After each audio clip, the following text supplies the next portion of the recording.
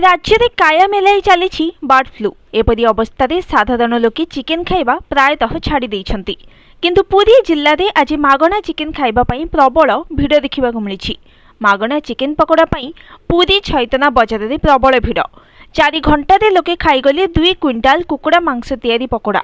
पुरी जिल्ला रामचंडी थाना अंतर्गत छैतना बजार रे बंटा जाइछे मागणा चिकेन पकोड़ा।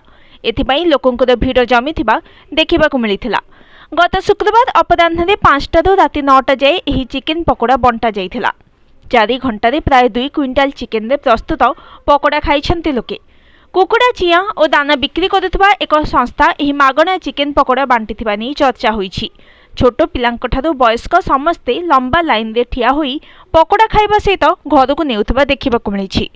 तेबे केउ कारण पई मागणा चिकेन पकोड़ा बंटन होईछि ताहा जणा पड़ी नाही। पुरी जिल्लार 4टी ब्लॉक रे बर्ड फ्लू आतंक थिबारु